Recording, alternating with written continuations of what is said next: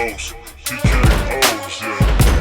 Bows, TKOs, we got bows, TKOs, yeah. Bows, TKOs, we got bows, TKOs, yeah. Bows, TKOs. Bows and TKOs. We are live, episode 153, coming at you from the Valley. I'm your host, Shane Gillette, for this weekly MMA podcast, streaming anywhere you listen to podcasts with the videos on YouTube. Short little show we have today. As there is no action for the 4th of July weekend, we will just be recapping UFC Baku from the early morning last weekend. A few fights have been announced. Talk about the latest Ultimate Fighter episode and what happened in the PFL San Diego event. So let's jump right into it. We have Ode Osborne out of his fight against Cody Durden, so insert Alessandro Costa. July 11th, tough opponent for Cody Durden. Always active, takes short notice fights, it doesn't matter. But Alessandro Costa's one tough opponent. UFC Philly, UFC 330 getting built out. We have Jeff Neal taking on Chidi and Njokuani. That's an absolute barn burner. We have Jalen Turner and Cowie Fernandez. Kind of an interesting matchup there. And then Neil Magny taking on Ramiz Brahimaj. And then the main event for UFC Sacramento, August 22nd. We have Anthony Hernandez against Gregory RoboCop Rodriguez. It'll be interesting to see what I do on the breakdown here, because the first two rounds are definitely going to favor RoboCop.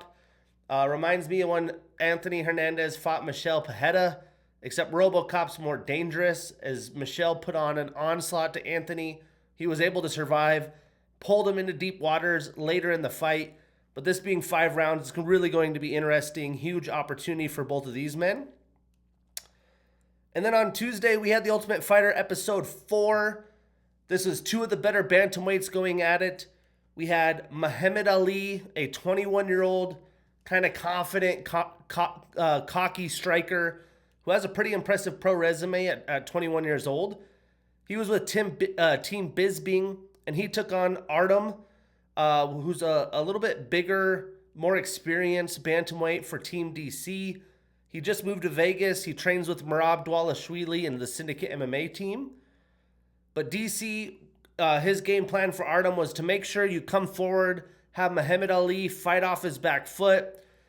Fight started, he came out landing some nice big shots like a 3-piece chicken nugget, but then resorted to trying to take him down. Props to Osman Lee. He fought up well. You know, he's only 21.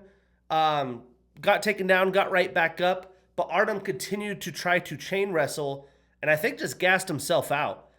After the fight, because Muhammad Ali got a rear naked choke in, Artem didn't fight very hard. DC was like, what's going on? We didn't practice wrestling. We were confident that you had the striking advantage. You came out, pieced him up. Like, what the heck is going on? But everyone seems really high on this 21-year-old Muhammad Ali. Interesting name, of course. They're saying he's the real deal. So seems like the favorite to win the bantamweight. Once he got taken down the first time, he was defending and turned around. That's how much confidence he has that he was going to get out. And started talking to Dana, said, you're going to sign me, put me in Baku when I get a contract. But next up on the line is the strawweights. We have DC's first pick, Tina Black, who's not a fan favorite in the house with the women, taking on Natalia Alves. This should be another good fight. 2 Brazilians going at it. I was hoping to see a little bit more in the Muhammad Ali fight. But hey, props to him. Definitely someone to keep an eye on. Moving into the PFL action. This went down in San Diego Saturday afternoon. I thought it was Friday, but it's Saturday since the UFC was in the morning. We had AJ McKee with unanimous decision over Salamat Isbulayev. AJ McKee continuing to show his winning ways against young up-and-coming talent. We had Liz Carmouche with a round 2 submission over Viviane Araujo. I can't believe Liz Carmouche is still out there smothering her opponents. Alexander Shabley with a unanimous decision over Alfie Davies. I thought Alfie was going to win that fight, but he was way too dependent on countering Alexander, and Alexander fought well from distance. Rob Wilkinson back in the win column with a round 2 TKO over Abraham Babli. Undefeated 11-0 Kasan Magomed Sharipov with a round 2 submission via arm triangle over Joshua Weems. Jenna Bishop with a round 1 submission via armbar over Ariana Lipski da Silva. Ariana, former UFC fighter, announces that she will retire. You know, Jenna Bishop being 40 years old, another woman that just continues to fight and win. 17-1 Sharvarjan Kamidov with a round 2 submission over Justin Wetzel. Decent little card, nothing really jumped off the page. I watched these fights since there was nothing else MMA-wise on Saturday. But because it was sanctioned in California, the California Athletic Commission had disclosed the payouts of PFL. And for everyone talking shit on the UFC and how they pay their fighters, do they have it pulled in for them? Because the only real promotion, especially in America, is the PFL. They've taken away their tournament format, so no more $1 million or $500,000 bonuses. They have taken fighters like AJ McKee off their very lucrative Bellator contracts. AJ McKee, no matter win, lose, or draw, got a $100,000 payout. He's the main eventer, probably the biggest name they have besides, Usman Nurmagomedov. But his opponent, Pulyaev, only got $10,000, 10-10 contract, which is the basic contract I believe in the UFC is 12-12. So, these guys are getting paid absolutely nothing. I did see circulating the Twitter sphere, or X sphere, that some of these guys get paid more undisclosed. It's not in their contracts. But it just shows you that the average PFL person's on like a 10-10 contract, and even the A-list guys are getting $100,000. You fight once or twice a year. I mean, that's literally nothing because they don't get taxes taken out, plus their management, their team, their nutrition, everything, and all the things that they have to pay for. So, does not make me very confident in the future of the PFL. But the new CEO is trying. He's trying to make changes, signing a lot of ex-UFC talent. But the PFL will be on full display this summer. They have 3 events in July, 2 in August, all around the states. Some of their biggest names taking action this summer, so we'll try to preview it and break it down a little bit. But we had UFC Baku. Your boy crushed it on the picks, 9-2. So overall, 934 wins, 456 losses, 14 no contests and draws. On the year, 154 wins, 66 losses, 3 no contests and draws. To recap this card, the prelims were okay, some lopsided affairs. Nothing really jumped off the page. Like if you're going to watch it back, you don't have to see the prelims unless you're a diehard like myself. I would say the main card definitely had violence like the last weekend's Apex card as I expected. There was a couple mediocre battles. My boy Rafael Fiziev delivered. I'm going to recap this a 5 out of 10. I did preview it a 5 out of 10. A couple good fights we did not break down. My guy, Ultimate Fighter alum, Daniil Donchenko with a round 2 TKO over Theodore Bergen. Performance of the night, 100 G's for Daniil.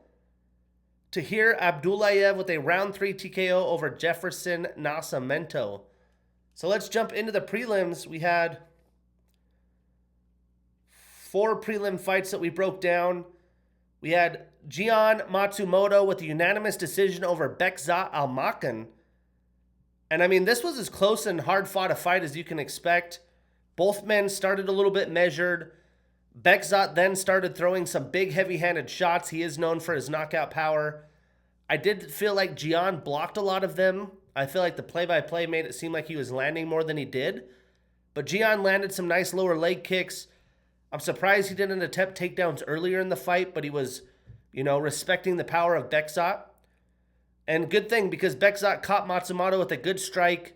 It was after a high kick, so I think he was a little off balance. I don't think it was as clean as it looked.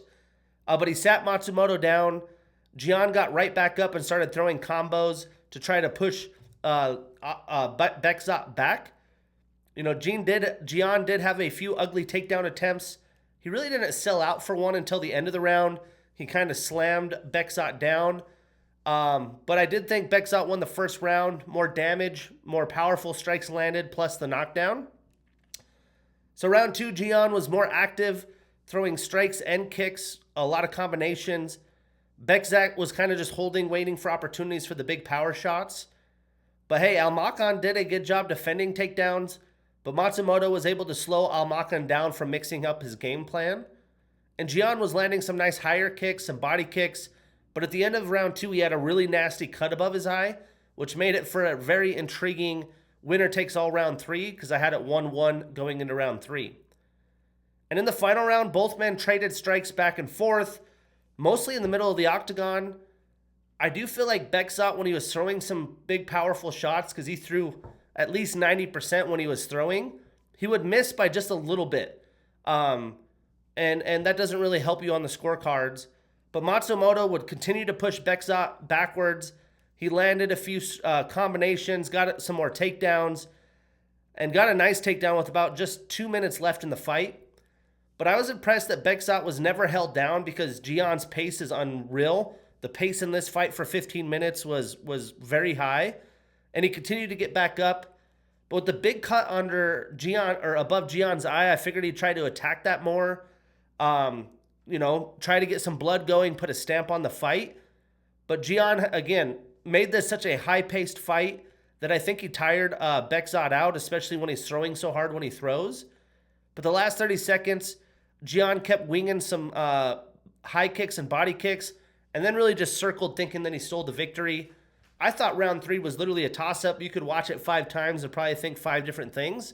But they did give Gian the win. I think it could have went either way, but he just threw a little bit more volume, and that's what won him the fight. So tough loss for Bekzat.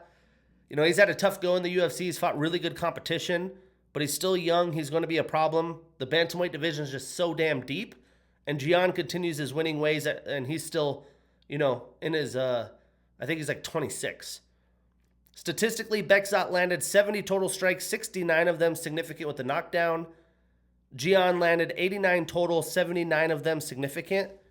He only had 2 takedowns in 10 attempts. So again, credit Bekzat's defense there with 1 minute and 38 seconds of control time. So Gian, landed about 20 more total, 10 more significant. But again, when Bekzat landed, he landed a lot more flushly, more damage. So Gian starts a new winning streak. He is 5-2 in the UFC. And Bekzat extends his losing streak to 2. He's only 1-3 since 2024. So what's next? I think Gian and Jacob Wicklocks would be next. He was supposed to fight but pulled out due to injury, so they could match up in the second half of the year. And for Bekzat, how about Malcolm Wellmaker? That'd be a fun striking showdown.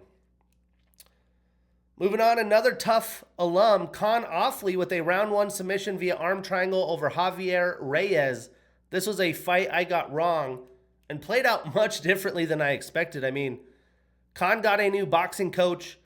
He said he wanted to rebuild his striking from the ground up, act like he was a white belt, and it really seemed to pay off. I think this is the best we've seen from Kaan since The Ultimate Fighter. I mean, Javier's a pretty good striker, and he looked way bigger than Ofli in the octagon. He had a big reach advantage. But every time he tried to come forward, Kaan would kind of time a loaded big, spearing right hand. And it just seemed like he was in the flow state with his striking, was very confident in his abilities. Javier really didn't get anything going in this fight. And Kaan actually sat him down about midway through the first, jumped on him, tried some ground and pound to get the finish, but eventually settled for the choke and got the tap. So although he did get a submission, he did not rely on his grappling. I thought he was going to rely on takedowns to win this fight, but he won it with the striking. So mass props to him, because he was, I think, on the borderline of being cut if he loses this fight. But Kaan's rolling right now. He's going to be getting some stiff competition. Tough loss for Javier Reyes, a pretty bad performance. He did not get much going. The stats speak for that. Kaan landed 42 total strikes, 17 of them significant, with a submission attempt and a knockdown. And Javier landed only 7 total and significant strikes. So Kaan extends his winning streak to 3. He is 3-2 in the UFC. Javier ends his 3-fight winning streak, starts a new losing streak. He is 2-1 in the UFC. So what's next? Well, I think Kaan and Gabriel Santos would be a fun fight. And for Javier, how about a matchup with Ricky Turcios, another tough alum? And I couldn't wait to see Nursulton Ruziboev back. He delivered with a round 1 submission via rear naked choke over Andrey Pulyaev. And I thought this was going to be a lot more competitive of a fight. And I thought it would be action-packed from the get-go. But both men actually started pretty calm and measured, like the Gian fight. You know, both men respecting each other's kickboxing skills. But Andrey started letting loose and firing some shots. And when he threw a high kick, Nursulton caught it, easily took him down and got his back, like way too easily. We knew that coming in, Andrey lapses in the grappling department, and Nursulton took full advantage. Because Andrey did try to defend for some time, but Ruziboev easily got in the choke and actually put him to sleep. He tapped, and about 2 seconds later, the official pulled him off, but it was too late. He was night-night. But hey, and another dominant, impressive victory by Ruziboev. I hope he's more active and he fights again this year, because he does have potential and he's a little bit older. He has so many fights under his belt. But going to the Philly team seems to be paying off. And Andrey obviously needs to work on his ground game if he wants a shot at the top of the division. Statistically, it didn't take Nursulton much. He only landed 13 total strikes, 1 significant. He had 2 takedowns, a submission attempt, and 2 minutes and 28 seconds of control time. And Andrey landed 15 total strikes, only 2 significant.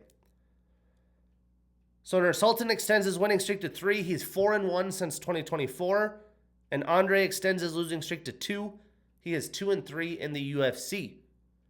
So what's next? I think a banger between Nursulton and Cam Rouston's in store. That's a fun fight. And for Andrey, how about Azamat Bekzat? Speaking about domination, I mean, geez Louise. Abdul, Rakhman, Yakhyaev with a round 1 TKO over Julius Walker, performance of the night. Well-deserved 100 Gs for Abdul. It only took 1 shot. I mean, Julius came forward, left himself open, and as he was closing distance, Abdul landed a beautiful flush right hand that sat Julius down. Yakhyaev pounced with some ground and pound, and this fight only lasted 8 seconds, but I think he landed that first right hand in about 4 seconds. So statistically, it only took him 6 total and significant with the knockdown, and Julius landed nothing. So Abdul stays undefeated. He extends that winning streak to 10, 4-0 in the UFC, and Julius extends that losing streak to 2. He is 1-3 in the UFC. So what's next? Well, I think a very fun fight between 2 promising prospects. Give us Abdul and Iwu Baranowski, and for Julius, he can fight for his UFC life against Ibo Aslan. Moving into the main card, we had Abus Magomedov with a round 1 submission via guillotine choke over Michal Oleksiejczuk. And I think I gave Michal too much credit. I haven't thought too highly of him. I thought he's just had a huge hole in the ground game, but he's had some nice performances and has really showcased his improved striking with the Fighting Nerds. But this was a dominant performance by Abus.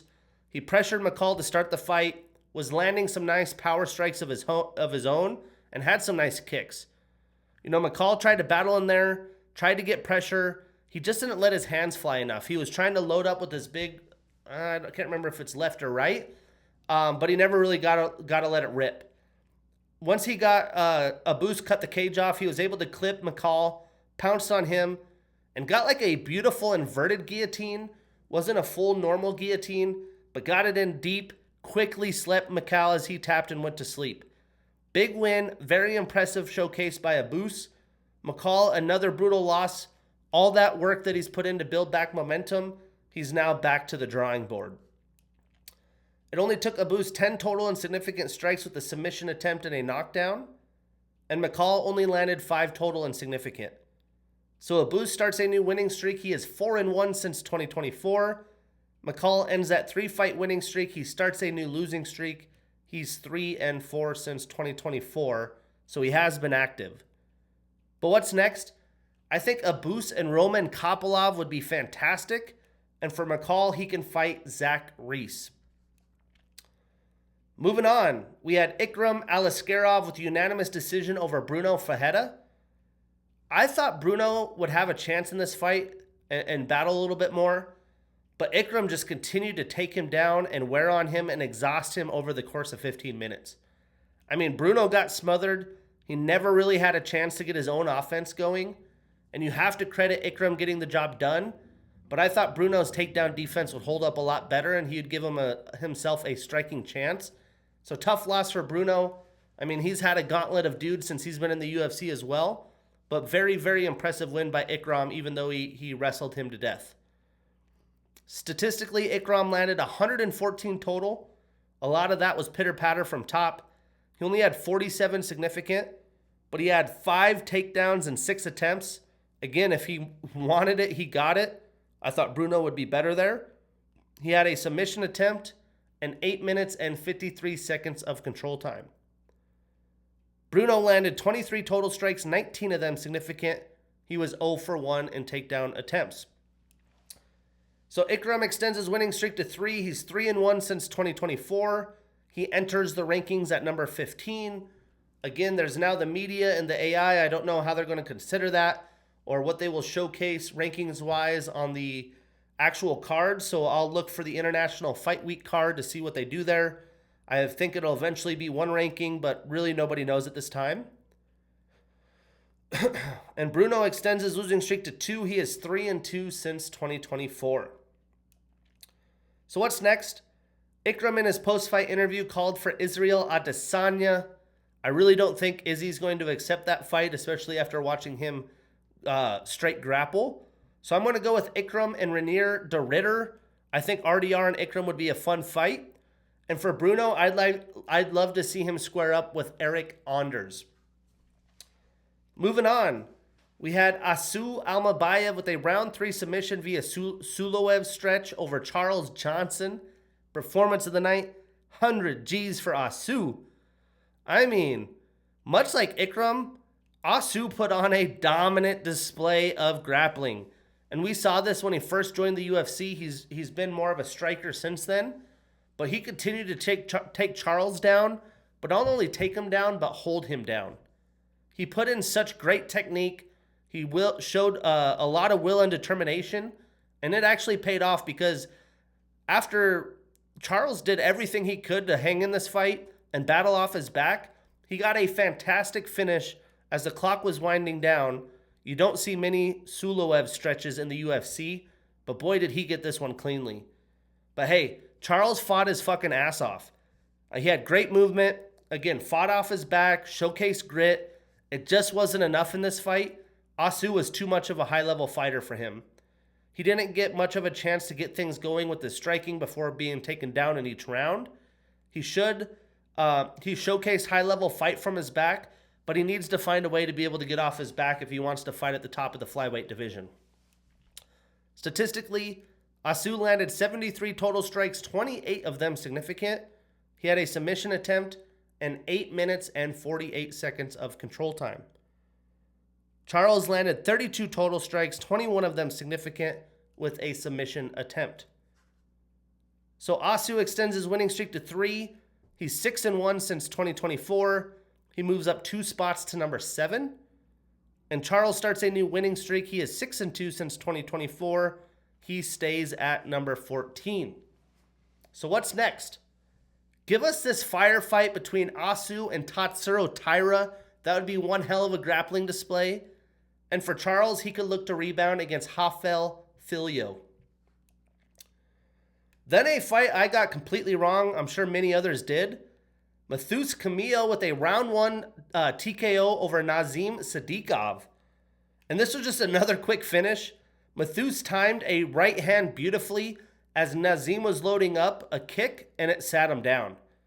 Nazim fell down hard, but the officials, you see some guy fall down hard, he's covering up, you call the fight.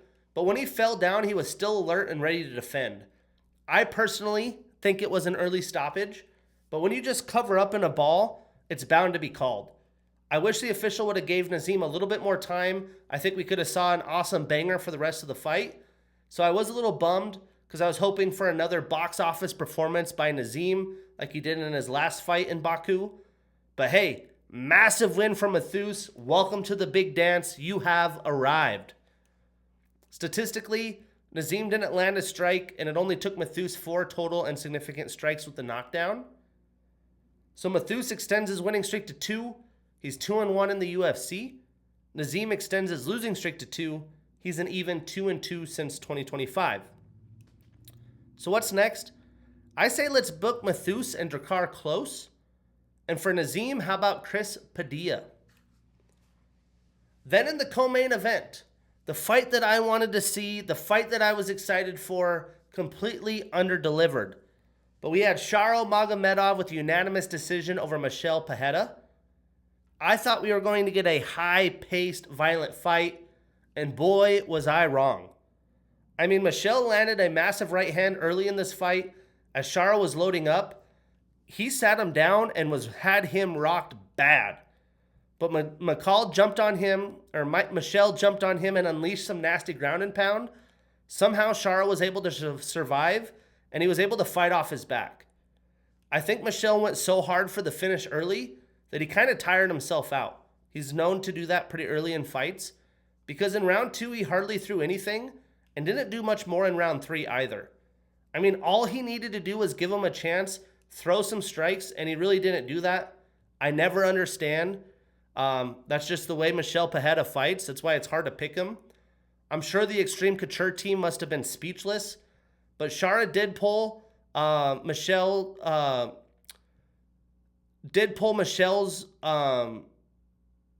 hair when he was on his back, literally grabbed like his bun and was holding him down. And at this point, it was weird because Herb told Shara if there's any more fouls, he's going to take a point in the fight. Well, then in round 2, he had an eye poke, and Herb didn't take a point. So technically, I think Michel clearly won round 1, should have won round 2 due to a point deduction, but they did not give him the point deduction. And there's been a lot of conversation around Herb Dean and his refereeing or officiating of late. It's just head scratching. The strikes behind the back of the head when everyone's telling him, watch the strikes in the back of the head. And then things like this. Like, if you're going to tell a guy, if you commit any penalties or fouls, I'm taking a point, you should take the point. And then it was also interesting because how dominant Michel was in round 1. It was borderline a 10-8 round, but Shara did reverse him, spammed a bunch of shots the last like 30 seconds. I think that avoided the 10-8 round. So this was just a weird fight. Weird that Michel Pereira barely did anything rounds 2 and 3. But again, Pereira showcases he has very low IQ. Both men did not show great technique. I mean, Shara was known to be this elite kickboxer, this elite finisher. He's very lucky to get a win here. I just feel at this point he's clearly overhyped. He's fighting to more decisions than finishes, and that's not what the UFC was hoping for. Regardless, Shara landed 112 strikes, 52 of them significant with a reversal, 53 seconds of control time.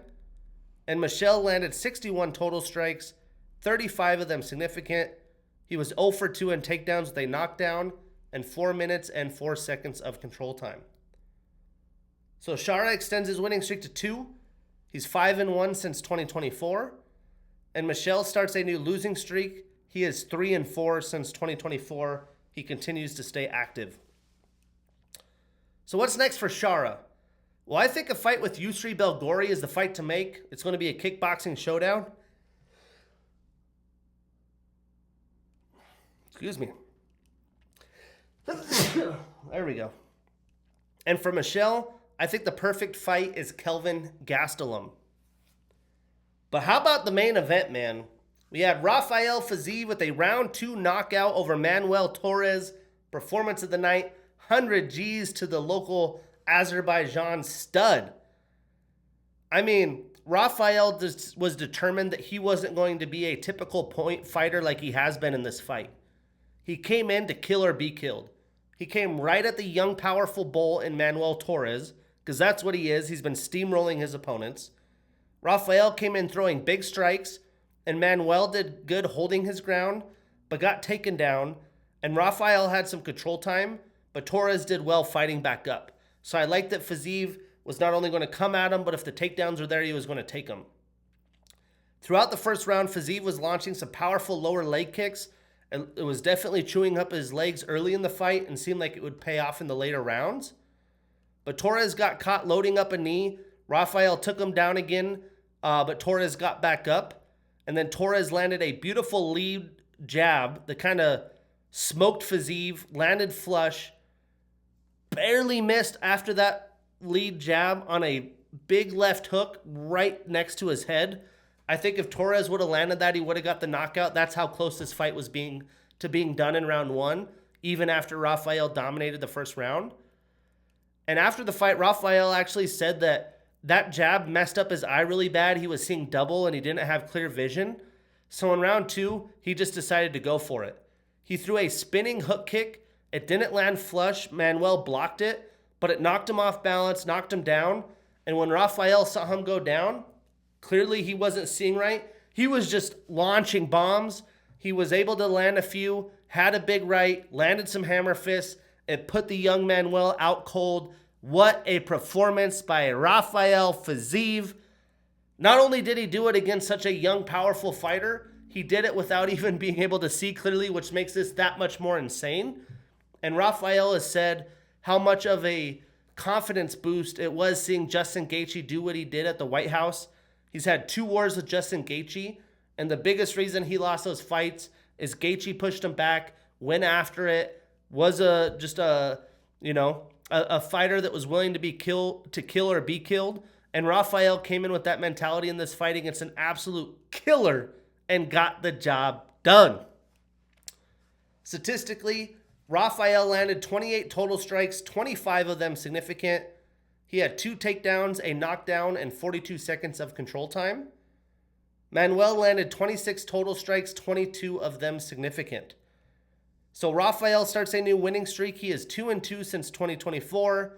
He moves up 1 spot to number 10. I love Rafael Fiziev. I just feel like he's so talented and he's fought such good competition. I love to see him be able to rebound because a loss here would have been detrimental to his career.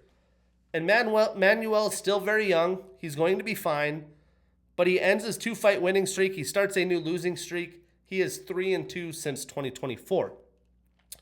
So what's next? Well, Rafael is called for the BMF belt, which Charles Oliveira has today. I don't think that's going to be the fight that's next. I would love to see him against another striker. So I think Dan Hooker, that's the banger we all need in our lives. And for Manuel, how about Grant Dawson? But yeah, some big finishes, a little bit lopsided, but the very good fight, Gian Matsumoto, Bekzat, Almakhan, Kaan Ofli showing off his improved striking, Nursulton Ruziboev, Abdul, Rakhman, Yakhyaev, Abus Magomedov, way too easy, Ikram Aliskerov showcasing his wrestling, as well as Asu Almabayev, Matheus Camilo landing a big shot, the chaos in the Shara, Michel fight, and then Fiziev finding a way. And we have a week off now, 4th of July. Have fun with your friends and family because the UFC will be back with 4 consecutive weeks of action, potentially card of the year, International Fight Week, UFC 329 in Vegas, the return of the Mac, Conor McGregor, and 4th-ranked Max Holloway in a rematch from when Max was very young in the UFC.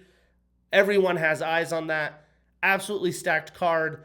And again, if you haven't tuned into a lot of episodes, really my methodology here is I am a statistics-based sports guy. I like being able to break down the stats. Each week I'm previewing what you should watch, what my takes are, who my picks are, what I think the vibe of the event is going to be, and then recapping it. Ideally you watch them so I don't have to go into each and every detail, but give you quick breakdowns, give you my thoughts on who I think they should be matched up with next. But that's episode 153. I'm your host, Shane Gillette. See you next week. Go USA!